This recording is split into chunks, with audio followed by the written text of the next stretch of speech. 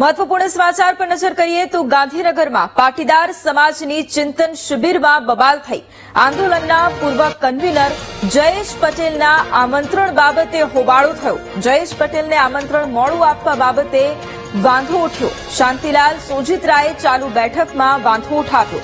આ બેઠકમાં થયેલી માથાકૂટ અંગે શાંતિલાલ સોજીત્રાએ મૌન સેવ્યું છે।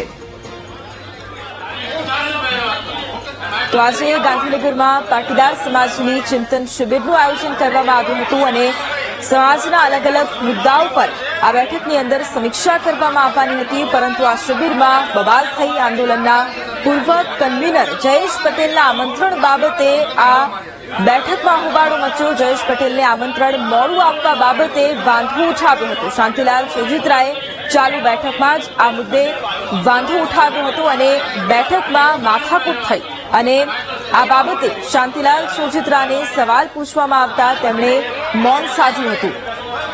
તો આજે પાટીદાર સમાજના અલગ અલગ આગેવાનો છે તે આ શિબિરમાં એકઠા થયા હતા, પરંતુ આમંત્રણ બાબતે આ બેઠકમાં બબાલ થતી જોવા મળી। ગાંધીનગર ખાતે આ બેઠકનું આયોજન કરવામાં આવ્યું હતું, આ ચિંતન શિબિરનું આયોજન કરવામાં આવ્યું હતું અને આંદોલનના પૂર્વ કન્વીનર જયેશ પટેલના આમંત્રણ મુદ્દે આ બેઠકમાં હોબાળો થયો હતો।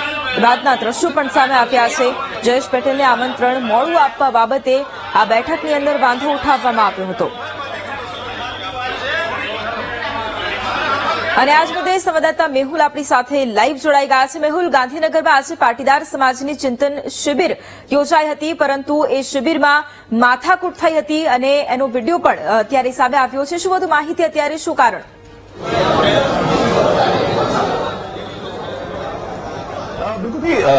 આ બેઠક જે છે તે પૂર્ણ થઈ ચૂકી છે। મહત્વના જે મુદ્દાઓ છે તેના ઉપર ચર્ચા થઈ અને ક્યાંક જે બેઠકની અંદર જે છે તે વિવાદ પણ થયો હતો, પરંતુ આ સમગ્ર મામલે ધ્રુવ પટેલ આપણી સાથે જોડાયા છે। ધ્રુવભાઈ, બેઠકની અંદર મેં તમે જે બ્રીફ કર્યું છે એમાં મહત્વના મુદ્દા એક તો આ જે ગોંડલવાળો જે મુદ્દો છે તે પણ મહત્વનો રહ્યો અને ઈડબ્લ્યુએસ વાળો રહ્યો છે, પરંતુ એક વ્યક્તિ આવીને વિવાદ કર્યો છે, રજૂઆત નથી મળી, આમંત્રણ નથી મળ્યું, તેને લઈને પણ તમે બહાર મીડિયા સમક્ષ વાતચીત કરી છે। જો આ મારા કે રાહુલ દેસાઈના છોકરાના લગ્ન નતા, આમંત્રણ કોઈ નથી આપ્યું, સોશિયલ મીડિયા અને મીડિયાના માધ્યમથી જ બધા આવ્યા છે, સમાજની લાગણીથી આવ્યા છે, જે બગાડવા આવ્યા હોય તો બગાડે તો બધું થાય, હવે એમાં કઈ ચિંતાનો વિષય નથી।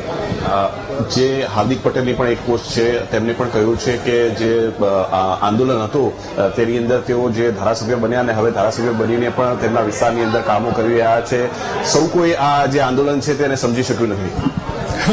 એમના જે વિચારો હોય એમને શું સમજણ પડે એનો પ્રશ્નનો જવાબ એ આપે, હું કેવી રીતે આપું?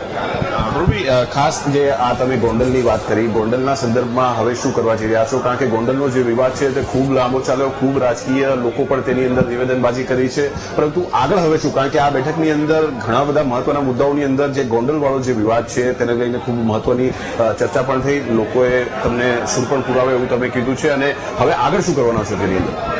જો ગોંડલમાં સંપૂર્ણ લોકશાહી અને ભયમુક્ત વાતાવરણ ગોંડલમાં પણ સ્થપાવવું જોઈએ। ધારાસભ્ય કોઈ પણ બને, કોઈ પણ ચૂંટાય, કોઈ પણ ચૂંટણી લડે, કઈ વાંધો નથી, વાત છે ગોંડલમાં ભયમુક્ત વાતાવરણના નિર્માણ। ક્યાંક એમાં તંત્રનો પણ વાંક છે, આવનારા દિવસોમાં તંત્રમાં પણ વ્યાપક પ્રમાણમાં બદલીઓ થવી જોઈએ। જે વર્ષોથી કોઈના વફાદારતા પડ્યા રહ્યા છે એમનો પણ નિકાલ કરવો જોઈએ અને બધું નહીં થાય તો જે કરવાનું તે કરીશું। સ્થાનિક ધારાસભ્ય છે તેમને સમર્થન છે ત્યાં સ્થાનિક વહીવટીતંત્રનું? હું કોઈની વાત નથી કરતો, ગોંડલમાં ભયમુક્ત વાતાવરણ નથી અને તંત્રની નિષ્ફળતાના હિસાબે નથી, તંત્રોની ત્યાં વ્યાપક પ્રમાણમાં બદલી કરવામાં આવે અને ગોંડલમાં ભયમુક્ત વાતાવરણની સ્થાપના કરવાની જવાબદારી દાદાની સરકારની છે, સન્માનીય ગૃહમંત્રીની છે। ગોંડલમાં ભયમુક્ત વાતાવરણનું નિર્માણ એ કરે, અમે કરવા જઈશું તો બધાને તકલીફ પડશે, એના કરતા સરકાર કરે એ સારું। આભાર રણભાઈ અમારી સાથે વાતચીત કરવા માટે। તો ભાઈ, ખાસ જે ચર્ચા જે છે તે થઈ છે તેની અંદર જે ગોંડલનો જે વિવાદ છે અને જે વ્યક્તિની જ્યાં સુધી વાત હતી વિવાદની અંદર જેમણે જે હોબાળો કર્યો હતો તેની અંદર તેમનું કહેવું છે કે તેઓ દરેક વ્યક્તિના જવાબ જે છે તે આપવા બંધાયેલા નથી, પરંતુ ગોંડલ સહિતના જે 10 જેટલા મુદ્દાઓ છે તેના ઉપર મંથન આ બેઠકમાં થયું છે। જી બિલકુલ, આભાર મેહુલ તમામ જાણકારી માટે।